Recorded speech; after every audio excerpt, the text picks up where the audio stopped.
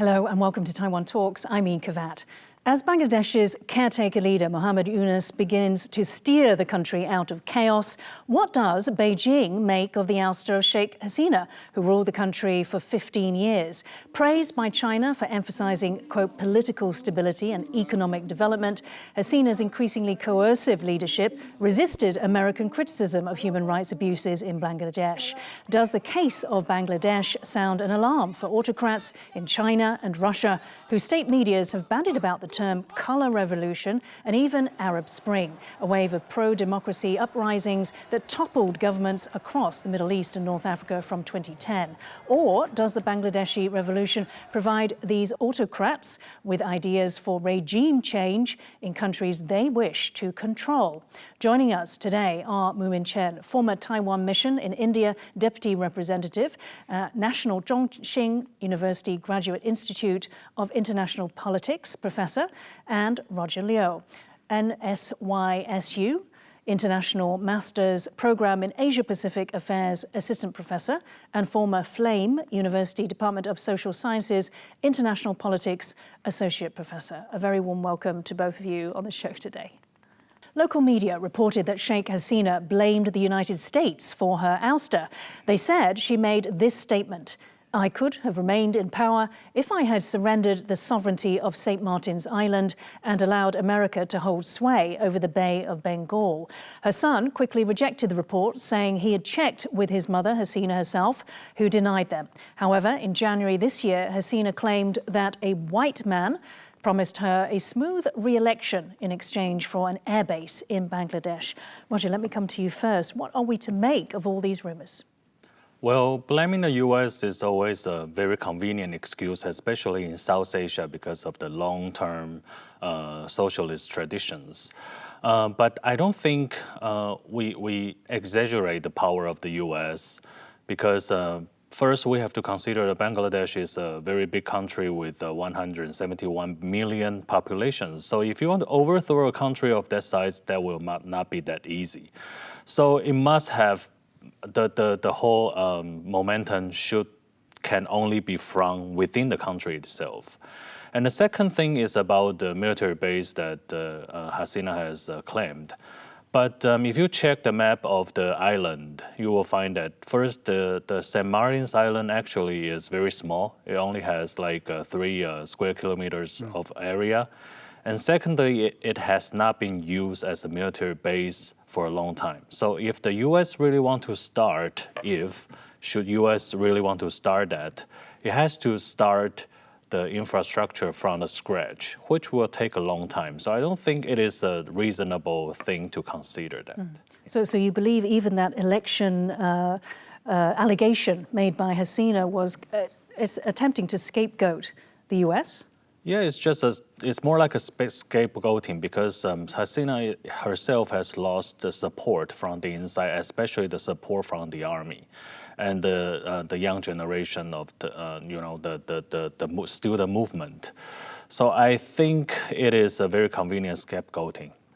Okay, now let's take a look at the St. Martin's Island. Representative Chen, we can see in this map showing the location of both St. Martin Island, allegedly where the US was eyeing a base, according to Hasina, and Cox's Bazar, where China has actually built the Sheikh Hasina naval port that she inaugurated in 2023. It can house 6 submarines and 8 warships. So what geostrategic advantages do you think it would give China or the US to gain control or access to either of these locations?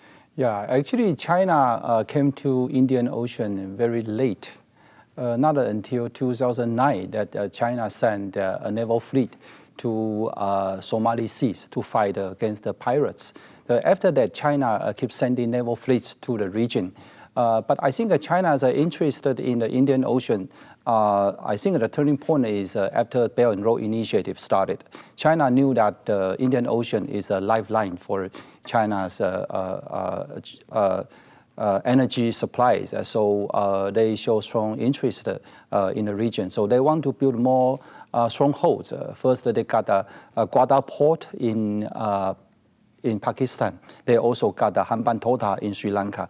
So it's very natural for China to gain another stronghold in Bangladesh because it's on the eastern side of the Indian Ocean, also close to Myanmar and also to South China Sea.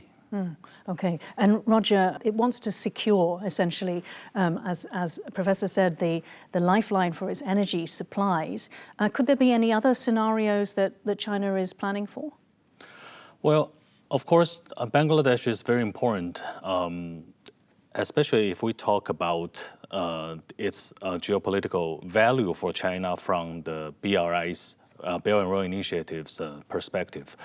Because, well, for some of the countries in South Asia, Bangladesh is an important country that China has invested a lot of resources as a part of the BRI.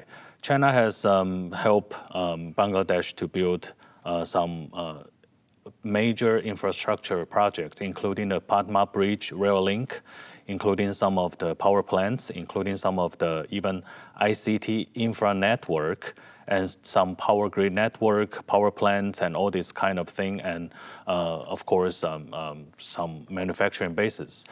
So China has to showcase to its domestic audiences that BRI actually has worked in South Asia, and Bangladesh is very important, just next to Pakistan.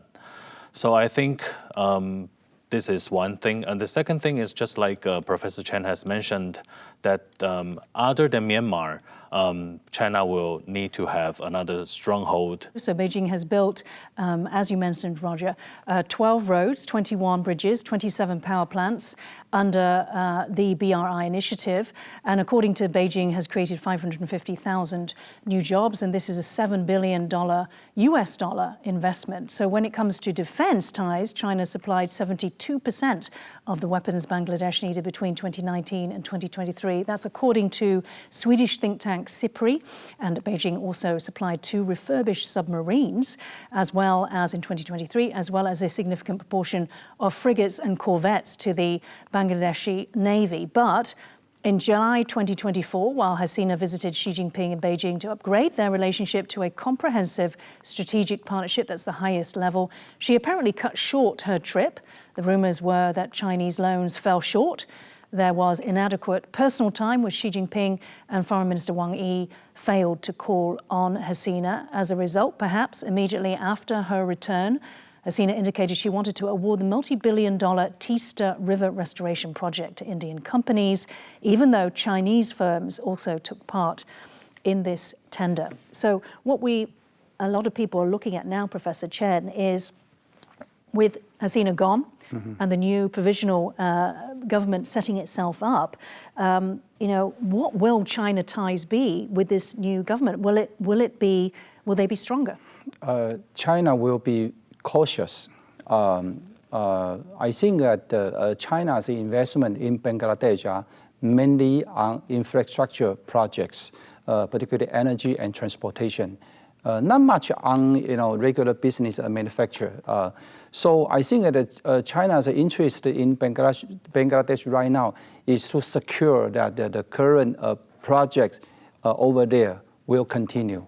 Yeah. But how about the military? Yeah, military. Yeah, actually, Bangladesh is not a military, powerful country. So I think the military interest is not that big for China because China already got Pakistan on the west side. Yeah. Right. So it's more like submarine diplomacy, perhaps? Yeah, but I think that China's main interest in this country is still try to make sure that all investment and project will continue. Yeah, and that is why I think they have to be very cautious that the new government will not become hostile to Chinese government. Right. Yeah. Okay. And Roger, what do you think from what you know about the relationship? Would it be hoping for even better, or would it be worried that the next one might be hostile? I think China is among the countries who worry a lot as the US and India, because just like Professor Chen has mentioned, they have invested a lot in the BRI projects. So they have to make sure that politically and economically it can reap the returns. And secondly, well, the whole situation has not been clear for now, even for China. So they want to make sure that they have some contact or channels that they can use to leverage the domestic politics within Bangladesh. Well, they have some advantage because they seems to have a closer relationship with the army, the military establishment, which is very important for South Asian countries like in Pakistan, because these are the people who are really behind the scenes and they are the power figures. They can call the shots. And as we saw with the ouster, essentially. Yeah. Right. So they have to get the support from the armies first, and this is something they want to make sure. Okay, so let's turn to the relationship with India and how China's relationship compares, ties with Dhaka. Analysts say that the ousting of Sheikh Hasina may upset the fragile balance that she established between all those countries, with India, China and the United States. India, which has used its influence with Hasina's government to hold down Chinese involvement in Bangladesh, so it could be even greater, may have the most to lose. New Delhi had a close relationship with the Bangladesh Nationalist Party, which is Hasina's party, and it has even been described as putting all its eggs into one basket. Professor Chen, would you agree with that? In fact, India's position is more precarious than China's. Yeah, because Hasina used to be considered as a pro-India leader. In Bangladeshi politics, there are two major political parties, and Hasina's party, Awami League, was pro-India, and the other party was pro-China. But since she became the leader of the country in 2009, I think she tried to keep a balance between two powers. So you see, in the past years, she visited India, she also visited China. She want to get a benefit from both sides. Actually, India was a little bit disappointed. They think that the Hasina government was, drifting away. Yeah, but I think right now the problem in Bangladesh is the economic situation. The new government and also the society that are facing a very, very big economic situation. I don't know how much aid or support India could give, because China is not going to, help Bangladesh with their unemployment problems, and it's India, unemployment problems. Yeah, I don't know how. Yeah, but India will try to at least try to be friendly and try to give a moral support to the new government. And to maintain, its traditional ties with Bangladesh elites and also the society.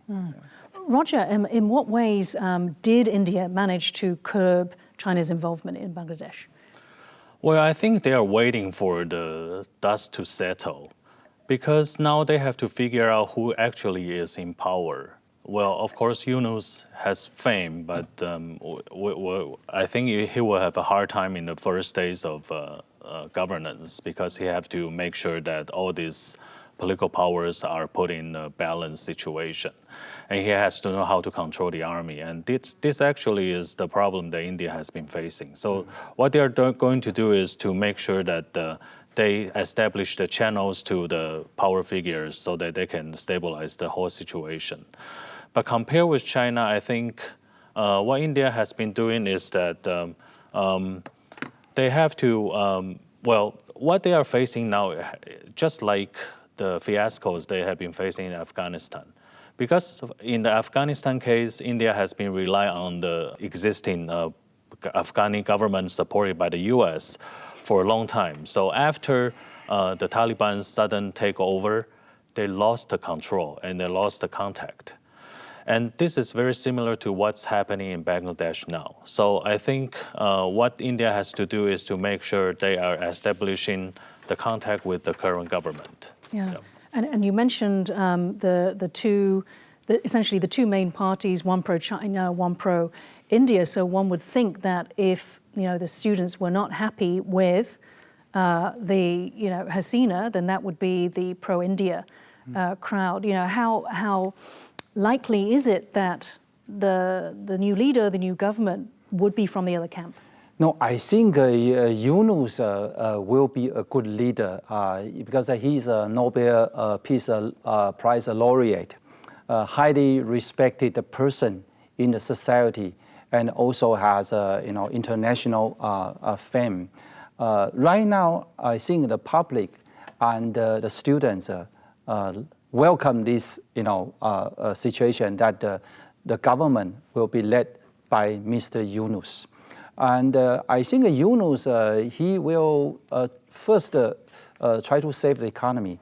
I suppose that he will try to get more support from the US, the West, and also from India.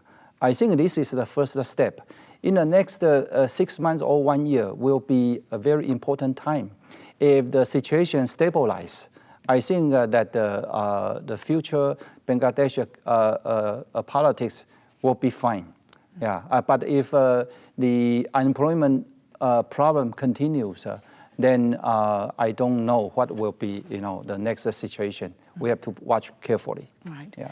Roger, in terms of how we started the show, we asked, how will Beijing be looking at the political overthrow and even Russia, Moscow, of Hasina, given its own unemployment, especially among the youth. I mean, we knew that it was about 21%. That was when they stopped reporting it in that fashion and then rejigged the figures.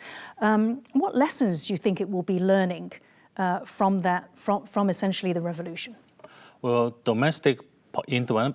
if we talk about this from the perspective of the influence to China's domestic politics, I will say that I'm afraid that there is only minimum or no influence to China's current political situation. And why is that? Because, Bangladesh is very different from China, culturally and, politically, economically. So it's almost impossible for the Western countries to use Bangladesh's situation, as another side of what could have happened in China. Mm-hmm. And even for the Chinese themselves, they don't believe that they are in a comparative. But so are you saying that China is not worried about color revolutions in China? I don't think that there won't be any influence to that. Mm-hmm. No. I would say in this way, I think that China will try to reduce the spread of the discussion or information in Bangladesh, because they don't want the people to talk about this. And actually, Bangladesh is not the first country you see this situation. 1 year ago, we saw Sri Lanka, and now Bangladesh. I think that for Chinese government, of course, Bangladesh and China are not comparable. But as an authoritarian regime, China will be very cautious. They don't want people to talk about that. Yeah, they don't want to give them ideas. And in China, they also have young people. They are also unhappy about the situation. Unemployment rate is also very high. Yeah. They don't want people to make that kind of comparison. I think that's their main target. I think they will try to. The propaganda machine of China will try to tweak it in a different way. They will try to say that, well, because China has a superior socialistic, stabilized political systems, so that's why we are faring really well compared with what's happening in South Asia. And they will try to sell to their domestic audience that BRI actually help a lot. And these countries in South Asia will need that, and we will have to support them as to create the jobs. Right. So, Professor Chen, do you see any evidence then in China of them trying to clamp down on discussion about Bangladesh? Not yet, but I think another thing that China will also try to prevent people from talking is that they already invest a lot of money in this country, and people might complain, saying that, okay, you invest in countries and that the government eventually be overthrown and the leaders escape away. Yes, people might complain, saying that you waste a lot of money. So I think China also try to restrict people's discussion, debate on issues like this. That's a very interesting point there. The idea that China is spending huge amounts of money overseas, Roger, whilst it has an economic crisis at home and unemployment. Right. Actually, for the past few years, because last year marks the 10th anniversary of BRI, and people in Beijing are talking about this. Well, for the past few years, actually, China has been taking practical ways, try to counteract the scales of BRI. They want to focus more on something that they can do. Some countries they can control, and some countries they can showcase. For example, they withdraw from more from South Asia and focus more on Southeast Asia.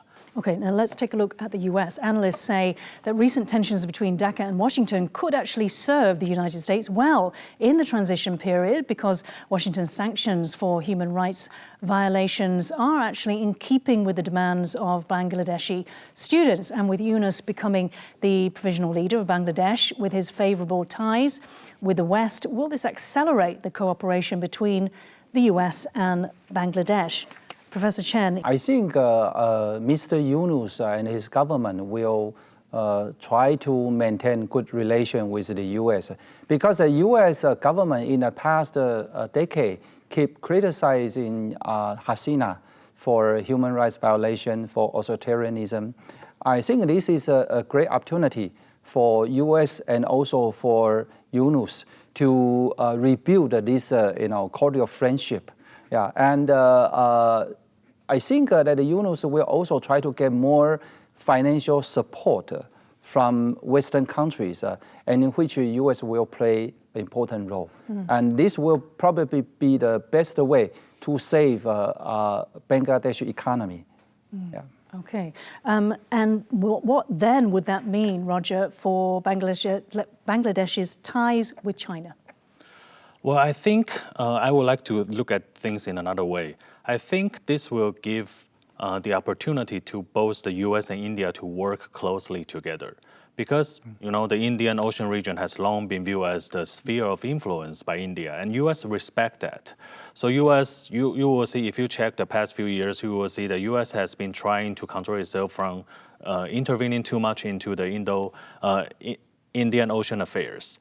But now, since we have the whole situation in Bangladesh rising, now at the time, India will need more US intervention and help and collaboration to manage the regional affairs altogether.